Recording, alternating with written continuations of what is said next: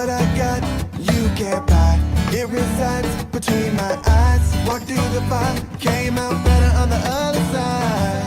See, life's like a beach if you find the sand. And right now, I feel like 100 grand. You are listening to Inspired Insider with your host, Dr. Jeremy Weisz.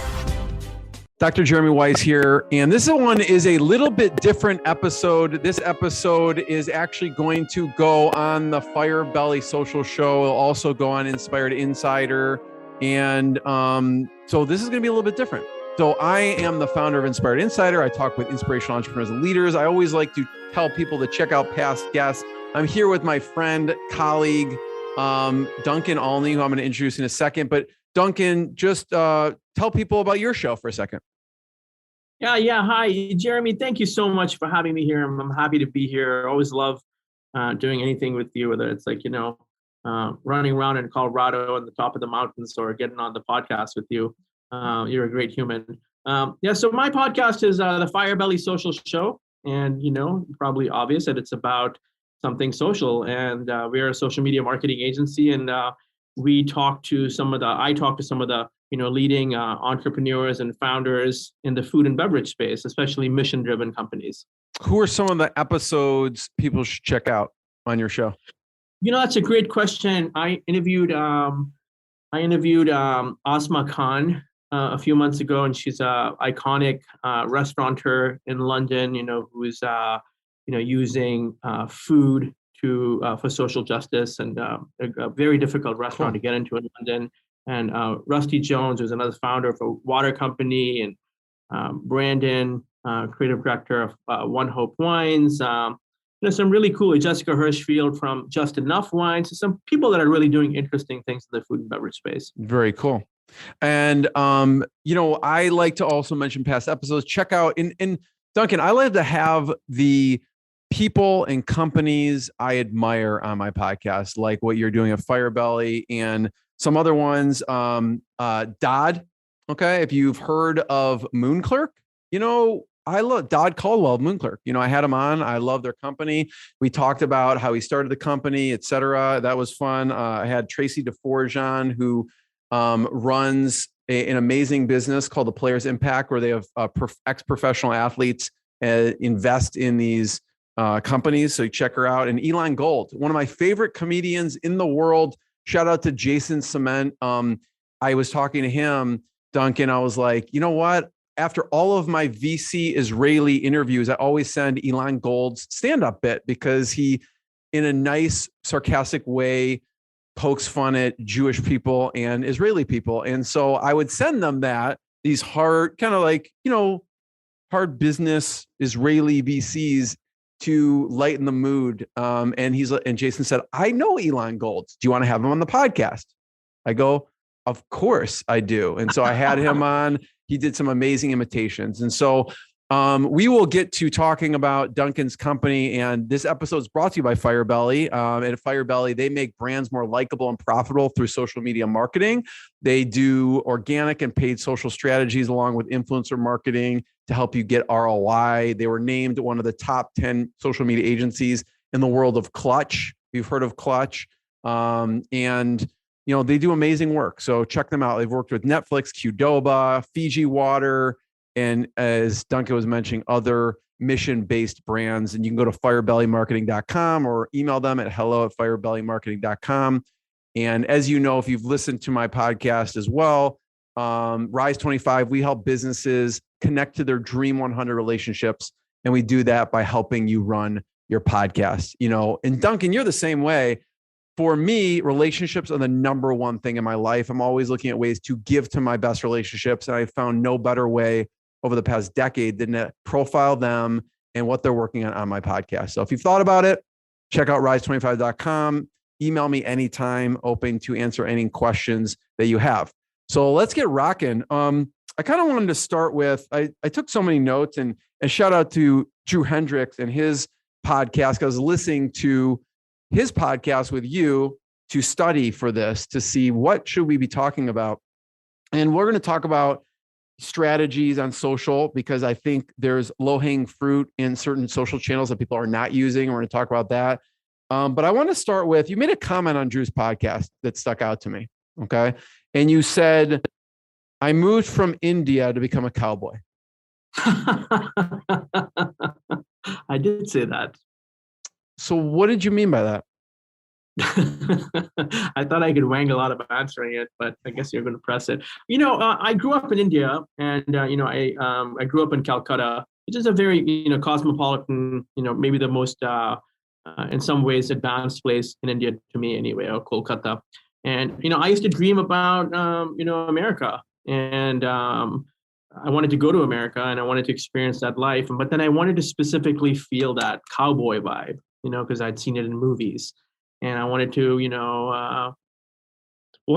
be a cowboy. I mean, but on arrival, a final arrival in Montana, after years of living in America, I made it to Montana, and I was like, investigating that life, and I realized that not being able to ride a horse is a critical challenge when it comes to being a cowboy, and so, your life may be in the office of a modern ranch, or, I guess I still have hope, it could be a market here for ranches, which we actually have an amazing ranch client. So I have realized my dream in some ways where, you may be relegated to shoveling shit, So yeah, I mean, that's what I wanted to do, but it wasn't about, I think as I've reflected on this over the years, it's less about, wrangling horses and, going to rodeos and all that. It's more, I think, about what, cowboys, good cowboys, what good cowboys represent to me, which is sort of that pioneer,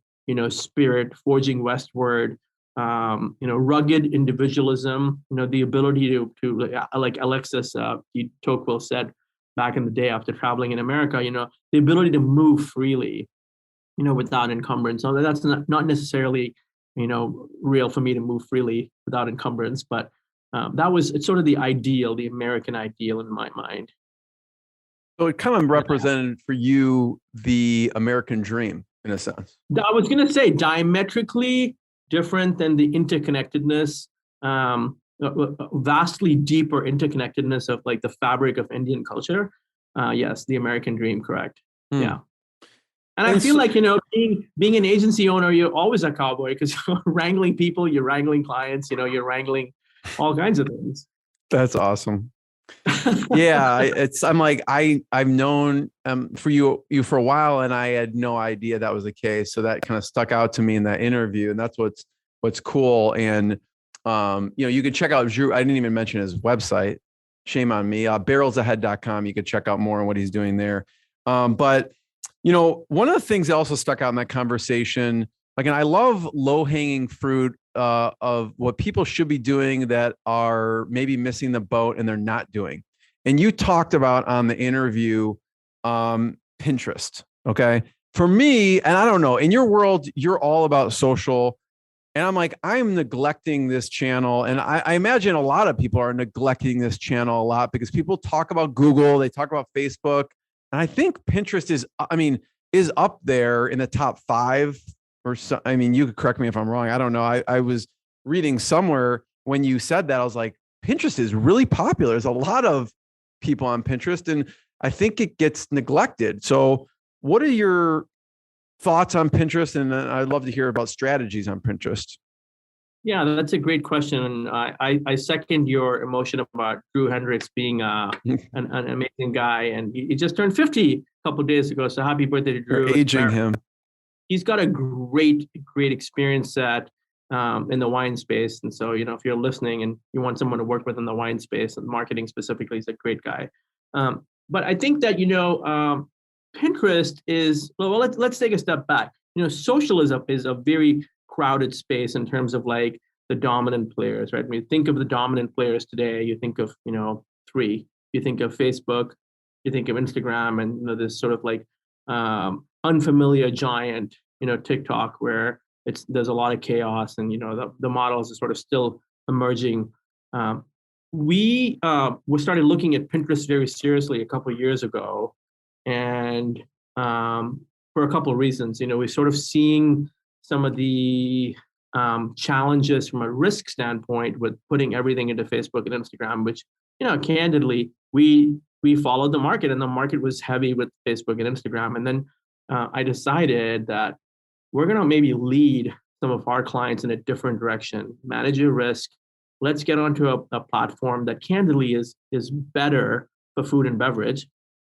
Now, having said that, it's a longer play, so you may not monetize tomorrow on Pinterest, but some things have changed on Pinterest. They've got this sort of fleeting, transient versions of stories or fleets, where it's the idea pin. So they're present for a much shorter amount of time. Video is big, and the audience has changed to probably 45% male. It's a large audience. It's on Pinterest. On Pinterest, yeah. Wow, that's shocking. And food and beverage, beauty, do-it-yourself kind of things. Those are the top categories, the top 3 or 4 categories on Pinterest. And so that led us down that path. And I don't know if this is the right time to say this or not, but we are working with a company in the bicycle space, as you say, personal transportation. And I just had to say that, personal transportation. That sounds very official. It was a layered program, with posts and boards, so pins and boards, and doing some engagement, intersecting with other brands and affinity brands, and we started doing ads, and we were able to, with a tiny spend, able to generate $125,000 in revenue for them.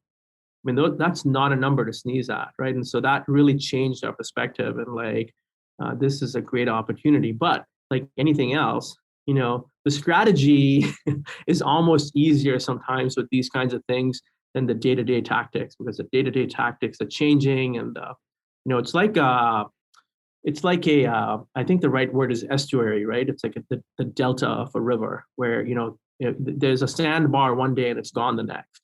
There's some sandbars that are like 2 miles wide and 3 miles long, and there's others that are 5 feet. And so I think that's the sort of ongoing struggle with social, is the ability to find places to connect with your audience and actually produce some tangible results. And I think Pinterest is and candidly, the brand team at Pinterest is really motivated. They're easy to work with, less technical difficulties. So yeah, it's a very compelling, and candidly, a lot of brands are there, but there's a lot of brands that are not on there. It's still, yeah, I imagine. I'd love to talk about underutilized channels outside of Pinterest, but I was looking it up while you're talking. Like it says, when I looked it up, it says Pinterest is the 14th largest social network in the world, and this was as of January 2021. And some of the people above are the people you talked about, right? Facebook, Instagram, TikTok, Snapchat. Those are. But Pinterest is in the top 14. So which is huge, right? So I think it's a question of what works for your audience and your niche, right? And so I think that for food and beverage, especially, it's a great opportunity. So we want people to have a diversified portfolio, where they can build credibility and hopefully find some website traffic and sales. So yeah. Interestingly, I think the thing about it is crazy is how much time people will just spend on there. You're cruising around. Next thing you know, you've been on there for an hour. And Pinterest even ranked ahead of Twitter in this, so that's pretty remarkable. Are there any other underutilized channels that your team, you're probably evaluating lots of channels, and I love what you said, kind of as a concept and strategy, is really the ultimate is just connecting with your members, connecting with your tribe, wherever that is. It could be at a local church, it could be on Facebook, it could be wherever. So what are some underutilized channels? Either it could be online or offline. I don't know. You probably just, in your process of discovery with these companies, discover some interesting stuff. Yeah. I mean, I think that, YouTube is, we've been predicting this for years, is that YouTube is already big and YouTube is about to get bigger. I think that somehow YouTube has managed, I think maybe because of the barriers to entry being, there's no age discrimination, right, to watch YouTube. Whereas, if you're a kid, you can't necessarily get on TikTok or Instagram unless your parent gives you their phone, right? But with YouTube, you got a device you can get on. And so I think that YouTube sort of by maybe by design and by some serendipity remains a very accessible platform. And so, for example, my kid's 10 and he can find anything on YouTube and he watches like self-help videos and he knows stuff and entertainment. I think that, when you think about him, he's sort of like further down that Gen Z age group. So he's like, just at the end of that, like at the edge of the next one. And YouTube is huge. So I think YouTube is big. I have sort of this continuous interest in LinkedIn, even for B2C companies, because I think people want to know who's behind the brand. And like, for example, if you really wanted to know who's behind Coca-Cola, you can figure out who's behind Coca-Cola because you can go on Netflix, you can go on LinkedIn and you can figure it out, right? And I think that LinkedIn is a great way to like hire people and demonstrate your culture and like build partnerships and stuff like that. So when I see B2C companies neglecting that, it's not at the top of my list to tell them, hey, listen, you got to consider LinkedIn for other reasons, right? Because you got the greedy marketer syndrome, right? I know you had Marty from SiteTuners on here, a few months ago, and Alex, great guys from SiteTuners, and they talk about the greedy marketer syndrome. It's like, I don't know you, but will you get married to me? I don't know you, but will you buy my $7,000 product? It's like, no, it's like, hey, let's get to know each other, right? It's like, sure. I mean, some people might buy cars like they buy cupcakes, but most people don't, And so I think that, and the other thing I think, is a little bit off of what you're saying, but there's a lot of chaos with these platforms, right? And the challenge that brands face isn't necessarily being able to get on the platform. They can get on, but how do they sort of like connect with their tribe in a meaningful way? And the number one challenge isn't necessarily publishing, it's the which content to use, right? And so the traditional model is the brand creates all its own content, which is unsustainable, right? Brands can only create so much content, even the brands at the deepest pockets. But there's a whole like UGC model, right? So people are creating content and you use their content. And then there's, of course, that kind of the overarching piece above that is the creator model, where there are people that are really good at creating content. They're going to create content for your brand. And of course, the third one, which is the contentious one, which is the influencer model. And the influencer has a following and, has some ability to influence, behavior, hopefully. And they're going to create content for you. So I think that, whichever platform you're on, I mean, so many, like Reddit's, I think, a great platform too, but Reddit is sort of like... Reddit is right behind in this. I don't know how accurate this is. I'm going to assume everything on the internet is accurate, but this chart is right. It says as Reddit right behind Pinterest as far as the rankings go. So they must be 15th or whatever on this list. So yeah, I think Reddit is, I think their own slogan is something like it's the something of the internet. What is it? It's the I can't remember the I'll look it up real quick. Yeah. But it's interesting. Reddit is sort of like it is a paradox in a way, because it is seriously anonymous and significantly authentic, right? So are there trolls on Reddit? Oh, hell yeah. Is there humor on Reddit? Definitely. I mean, there's a subreddit for anything from elephant collars to jokes to, cats to, IBS to whatever you want. There are groups on Reddit, and, there's a new guy who's new, like not necessarily like yesterday, but in the last year or so, who's heading up monetization at Reddit. And so they're doing a lot more interesting things on Reddit. But Reddit remains a challenge for brands, I think, because you can't pose on Reddit. There's no front end, Jeremy. There's no front end on Reddit. It's like you are who you are. And if you try to be something you're not, they're going to tear you to shreds. And Reddit is also like where certain movements have emerged lately, right? Where the whole GameStop thing like came about on Reddit. Like Reddit was where all that stuff happened. So I think that, there's that whole thing as well. But, I think Snapchat is interesting as well. Again, I mean, we could go through the whole list, but probably the core advice I'd give people is like, where are you going to be able to connect with people, and part of that isn't just that they're there, but that you're able to cut through the clutter and connect with them, and can you build a sustainable content model? What surprised me with this, Duncan, it came out, Hootsuite I'll give credit to Hootsuite because I'm looking at a Hootsuite chart here for a second here. But I'll share my screen in this, to see if I can just show people if they're interested in looking at it. But what surprised me about this, and I don't know how accurate this is. Let's just, for argument's sake, assume it is. But WhatsApp on this chart is third, which was shocking to me. So you have Facebook, YouTube, WhatsApp, and then Facebook Messenger, Instagram, web chat, TikTok, whatever. I don't even know what that other one is. It looks like QQ. I don't know what that is. But WhatsApp, does that surprise you at all that WhatsApp is third here?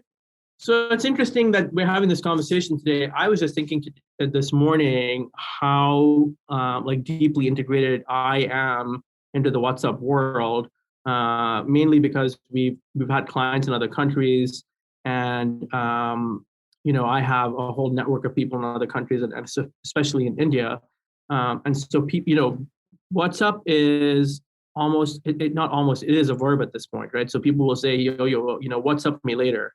And people don't even say at least to my untrained ear, they don't even say what's up. WhatsApp, they say what's up, right? And so there's all kinds of marketing that goes on WhatsApp. We haven't really looked deeply at that yet. I mean, I see things all the time since I'm on there.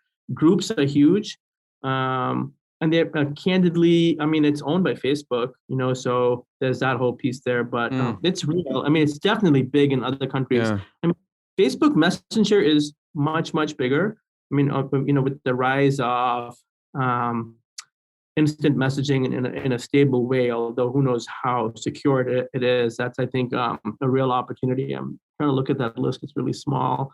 I know.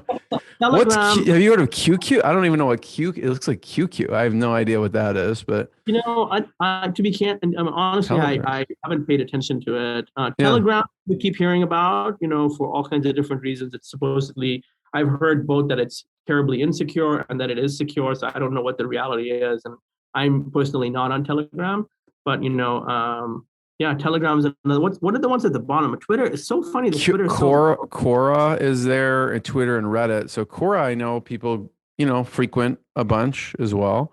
So yeah, the last ones look like Reddit, or it's Pinterest, then Reddit, then Twitter, then Quora. Jeremy, I think that this chart is too big. We needed like a smaller chart. I mean, this is just it's too easy to read this. So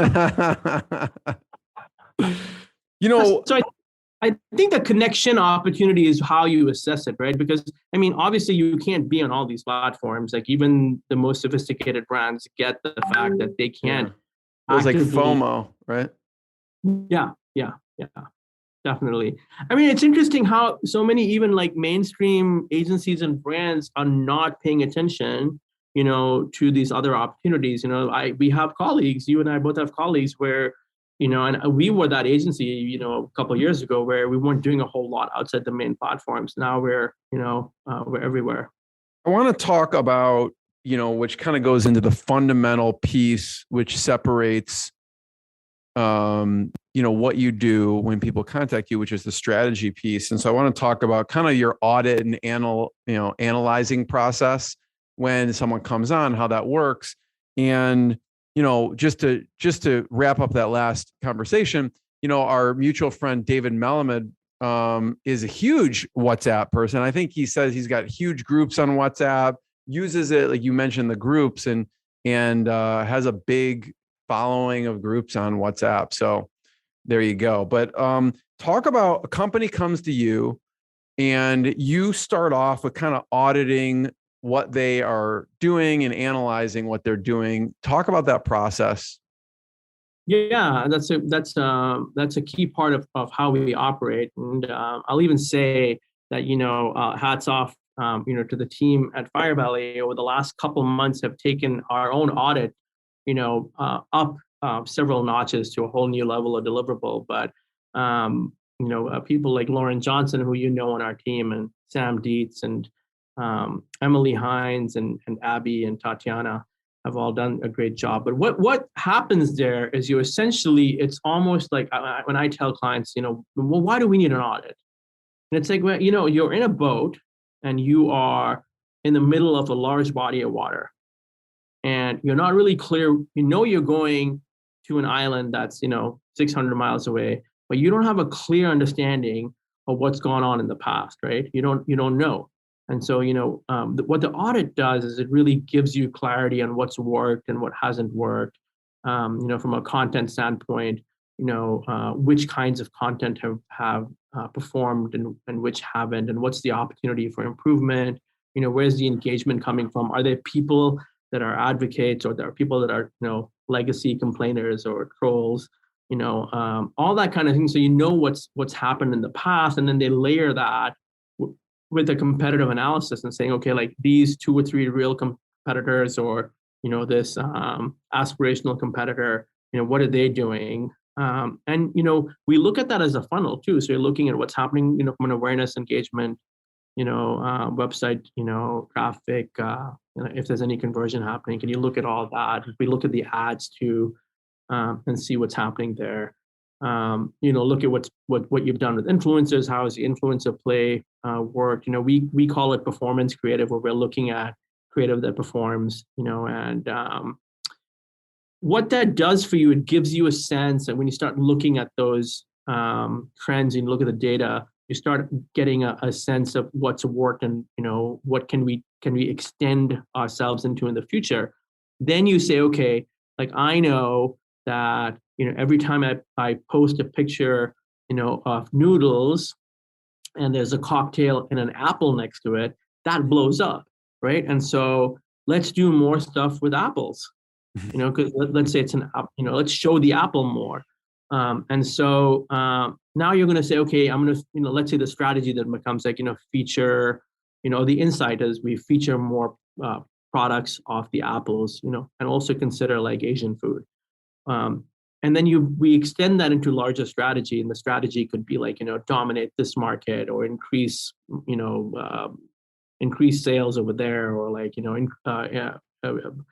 improve top of mind awareness, whatever the strategies are, based on objectives. And then we get into that. And that's a collaborative process, with our clients. For years, we did strategy on the fly. It's like, we just did it. We did it, and it wasn't always visible to our clients that we were doing it. And so recently, we made a switch into a very like sophisticated and agile strategy deliverable where we're doing it every 3 months. Because in social media, the whole market can change in 3 months. So, and that's a serious commitment, and it's very hard. It's very hard. And, I have a great team that works very hard on it. And so, and we're also looking for new people. And so, it's been interesting. We collaborate with some top strategists as well. But, finding strategy people is very difficult. Finding the quality of strategy people that we want is very difficult. Like, you work for 2 years, you're not a strategist. You may be a very knowledgeable tactician, but you're not a strategist. A strategist is someone that gets to digital in general, and then also understands social in a very deep manner. I want to talk about hiring, because I know right now, at this point in time, you are hiring and what you're looking for. But you mentioned trends, and without divulging company names or anything, I'm just, when you think back the past couple of years, what was an unexpected trend that you have seen? Like, you gave an example, like in a picture, we found that putting an apple in there actually boosted. And that may be, again, we're talking for this, whatever individual product that is, and you don't have to say what the product is, but I'm just curious because you're doing a lot of analyzing every single day. What's been an unexpected trend? It could be in a picture, it could be, I don't know, in content in general. And if people should be considering doing, or at least thinking about, as far as their social goes. Jeremy, you have great questions. I don't know that these are necessarily unexpected, but I think, which is like part of our whole brand promise, is to make brands more likable. And you may say, like, why should they be more likable, right? Okay, well, you don't have a choice of whether to engage with the IRS, so it doesn't matter if they're likable or not. But you have a choice on whether to engage with everyone from your local dry cleaner to your grocery store to your car company, right? So within that kind of sphere of likability, I think being what we find unexpectedly, and also we can predict it sometimes, is that being likable and nice and friendly and helpful on social media just goes so far. When you reach out to a brand and say, hey, what's happening with this? And they help you solve the problem, or there's a complaint and they resolve it. I think that is remains unexpectedly sort of like true and relevant. Like, being human wins, putting people first wins. And that's sort of also one of my key philosophy. But some other ones are, I didn't expect Pinterest to explode like this for our clients. So Pinterest has been great. Vertical video and video in general just continue to be amazingly compelling. Obviously, we work with you, and we have a heavy emphasis and view that layered, rich content like podcasts are the way of the future. I mean, even shorter content like Reels, which is longer than story or a post. It's been interesting also to see the rise of Reels and sort of this crossfade that goes on between TikTok and Reels. My partner Jeremy King talks about the crossfade and the mixing. And sort of like emojis are greater than regular language, and memes are greater than emojis. And it's the new vernacular, right? It's like, this is the creative vernacular, and can you speak? And a lot of brands can't keep up with that. Like, they can't keep up with that. It's like, don't tell me that you're going to get your testosterone shot. Like, show me a picture, or just send me a GIF of like someone all roided up, right? And I immediately know what you're talking about, right? It's like, you don't have to spend 1,000 words. You can send me that one image. So I think that those are sort of some things that we're seeing. I think unexpected for Firebelly that we joined, the ranks of the less than 1% of agencies in North America that accept crypto. Just unexpectedly something we did, and it's working out for us so far. So I think, like, last year's realization was saying no is good. And this year's realization is, when you want to say no, think about whether you could say yes, and what are the terms that you'd want to say yes under. So, so those, you mentioned one thing that stuck out, Duncan, which is like, responding quickly, being human, responding quickly. Is that, I know in the social world, you do paid social. Is that what? Do you do stuff in that realm as well? Is like responding, helping brands respond, or? Yeah. Oh, so in terms of scope of services, we come in, we get people going with their strategy, but then we also we help them publish on an ongoing basis. So all their organic work, organic is basically all the messaging that you see on these platforms, and bringing all these different kind of content streams together. On the paid piece, it's like where you're paying for placement, right? You're paying to reach more people. You're paying to get in front of people that would click through to go to your client's website, or you're paying for more audience, or the opportunity to have people join your audience, as opposed to buying followers, which is always a no. So the paid piece, it's like, you really can't, in my opinion, have a true social program without a paid piece. And you got a lot of people that don't get it. Well, why should I spend money? Well, you can. There's always a chance something could work for the first time, right? And people can't really do that without paying anymore. We work with influencers. We help identify advocates. We do creative services work, which photography, video. We're doing design now. So social is an exciting world. Unexpected thing that happened for us is that we figured out how to make social listening viable. So social listening is where you're monitoring keywords. And seeing who's talking about what, like your brand, your brand words, your competitors, other kind of generic terms. And the human element is always a piece that was elusive. So the market wanted to pay one thing, the cost is ridiculously high. And so we figured some of that out. And, we're not leading the market like my buddy Rob Key at Conversion, who's like, using natural language processing, and, some sort of like different types of machine learning and AI to like predict like what's going to happen based on conversation. Like we're not doing anything like that, but what we're doing is we're making, consistent, we're drawing consistent insights based on what people are talking to us or talking about. So, and then community management, which is where, we're looking after people's communities, answering questions and stuff like that. And looks like we're about to go to a 24-hour model, which blows my mind. I thought that, offering 10 hours of service was enough. And now we got clients saying, hey, I want someone to be answering that 24/7. So, I mean, you got to remember, we're a tiny company. We're, 10 people about to be, 15 people. I mean, that's a huge amount of growth to go through. That's like adding 50%, so, and, I'm fortunate and blessed that I'm living my best cowboy dream.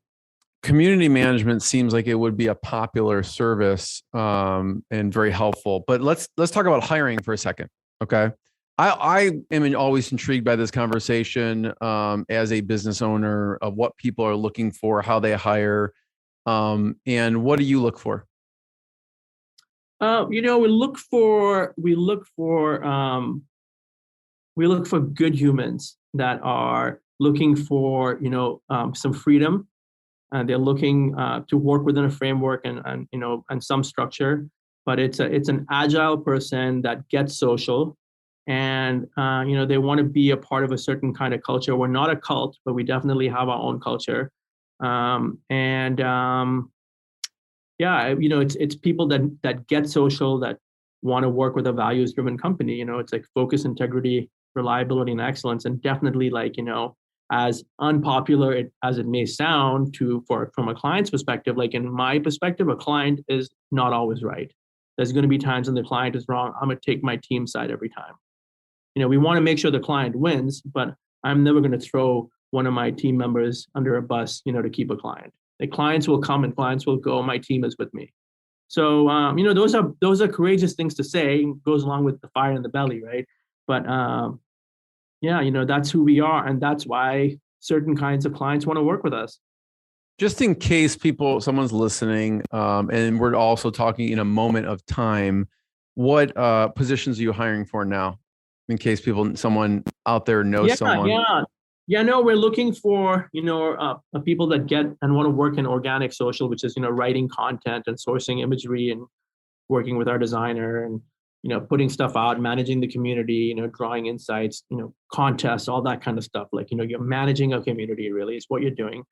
Paid social people who get, how does targeting work, how to get something in front of people, how to get them to do something with it, right? And the platforms help you with that, but you still got to have that instinct, like, and candidly, like paid is for a person that is very much into scrutiny. You're going to look at the same stuff day in and day out and try to make it better. So, someone like me, a little bit of ADD, not the right person, right? I get the big picture. I know how to move resources and solve problems, but I don't have that level of sophistication when it comes to scrutiny. Influence. So looking for organic social people, we're looking for paid people. We're really looking for, talented people that, want to make a difference in social and, do good work. Duncan, first of all, I have one last question for you, but thank you. Thank you for sharing your knowledge and your expertise and stories. Everyone should check out firebellymarketing.com, learn more, check out their podcast as well. Where else should we point people towards online to learn more?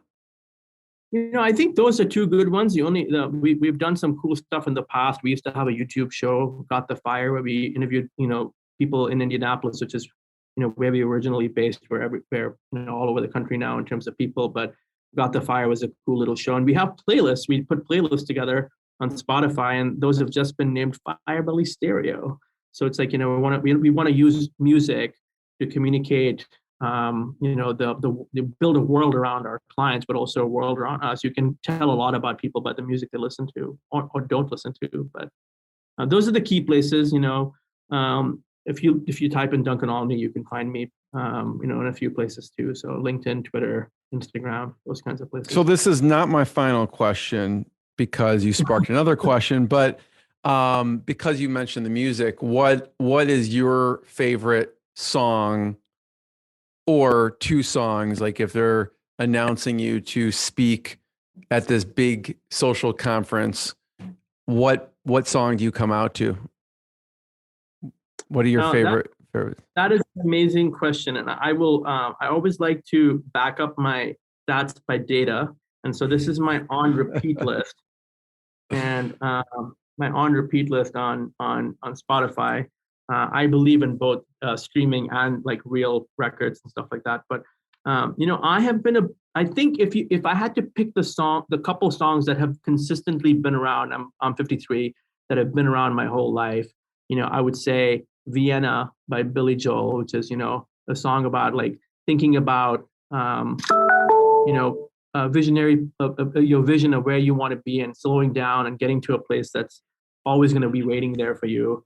And Every Day is Like Sunday, by Morrissey from the Smiths. But I don't know. I'm really listening to You Ain't Going Nowhere by the Byrds. Call Me When You Land by Old Sea Brigade. So those are two that I've been obsessed with. I've been listening to The Love Club by Lorde a lot. I love Good Year for the Roses by Elvis Costello. I'll tell you one song that everyone should listen to at least once, although my significant other and son will tell you they're sick as shit of it because I play it all the time, is Manifest. It's an Andrew Bird collaboration with Erica Wernerstrom. And it's about, being at the edge of, great decisions and like sort of like your destiny and what role you have in it. And so, I also like, a lot of Indian, chanting. And so. I love it.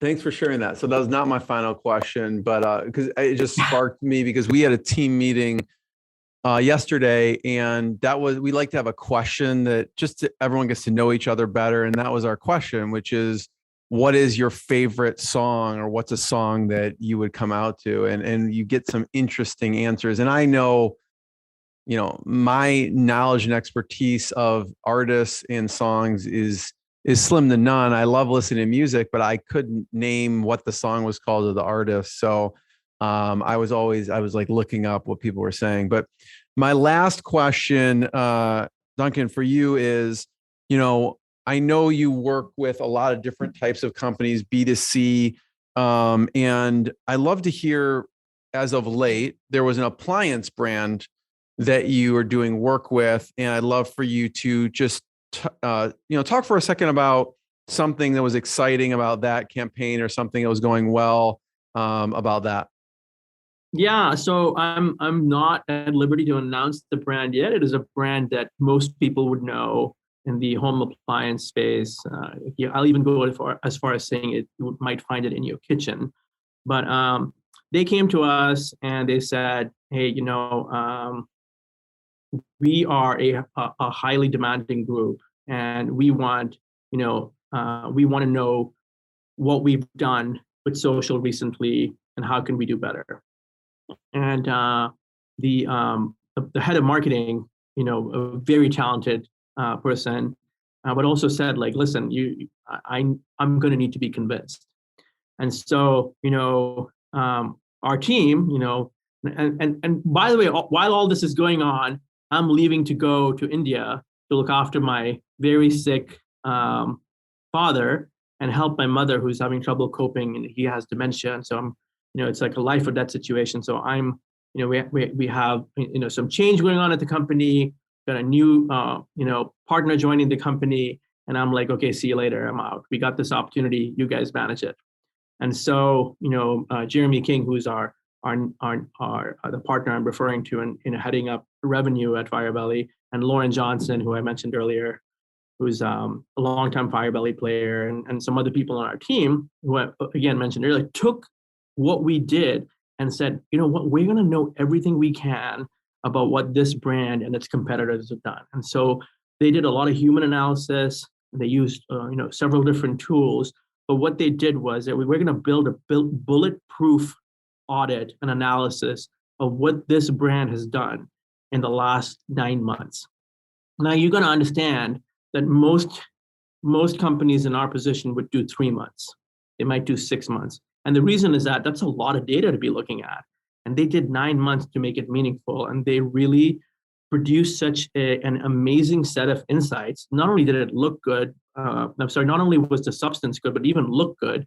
And the client said, we don't even want to go through it. We've read it and you're hired. And to me, that was, that was unexpected. Because typically people want to read it and they want to ask you questions. And so I think that's what you were referring to, right? It is. I mean, I wasn't anything specific, but I knew that you'd worked with an appliance brand. And what's interesting is that, there's this sort of like, there's this, I think, limiting belief that you got to be big, in terms of revenue or budget size to do big things. And what we got out of that piece that was really great was you can be small and have a big impact, right? It's all about like culture will eat strategy for lunch. And so every day. And so I think it's like, it's like if you have a great culture of treating people well inside your company, treating your customers well, and producing great products, and great digital experiences to accompany those products, that that's compelling. Like you don't really have to do a whole lot more than that, So that's kind of what we found out, was that this company really has its shit together. Duncan, I want to be the first one to thank you. Thank you so much. Everyone, check out firebellymarketing.com. Check out their podcast. Check out more episodes of Inspired Insider and Rise 25 and all of that. And we'll see you next time. Thanks, Duncan. Thank you, Jeremy. What I got, you can't buy. It resides between my eyes. Walked through the fire, came out better on the other side.